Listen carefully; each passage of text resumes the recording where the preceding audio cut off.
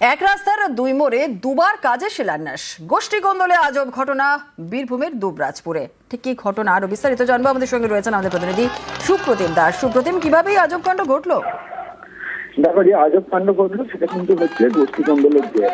এবং বীরভূমের দুবরাজপুরের বালিগেরি এলাকার নিজের গ্রাম থেকে যে রাস্তা উদ্বোধন হয়, সেই গ্রামের যে রাস্তার যে দুদিক ছিল, সেই রাস্তার একদিক অর্থাৎ যেখান থেকে কাজ শুরু হয় পথশ্রী রাস্তা, সেদিকে ছিলেন দুবরাজপুরের তৃণমূল পঞ্চায়েত প্রধান লিপিকা মণ্ডল, আর যেখানে কাজ শুরু হয় সেখানে ছিলেন তৃণমূলের যুগ্ম আহ্বায়ক রকিল হোসেন খান তার দলবল নিয়ে।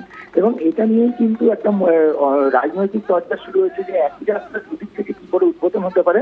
যদিও বিজেপির পক্ষ থেকে এখানে বলা হয়েছে যে কাটমানির জন্যই এই উদ্বোধনের মজা, সেখানে ঠিকাদারের কাছে কাটমানি চেয়ে নেবে, সেটা নিয়ে কিন্তু এটা দেখানো হয়েছে। ধন্যবাদ। কোনো দ্বন্দ্বের ব্যাপার নয়, যেটা শুরু হয়েছে সেই শুরু জায়গা থেকে আমরা উদ্বোধনটা করলাম। শুরুটা হয়েছে এখান থেকে, শেষ হবে মেজে গ্রাম, কোনো দ্বন্দ্ব নেই। কন্ট্রাক্টর ভাইরা আমাদেরকে উদ্বোধন করতে বলেছিলেন, আমরা করলাম সকলকে নিয়ে। তারপর যদি কেউ আবার সেই পথটা উদ্বোধন করে, তাতে আমার বলার কিছু নেই।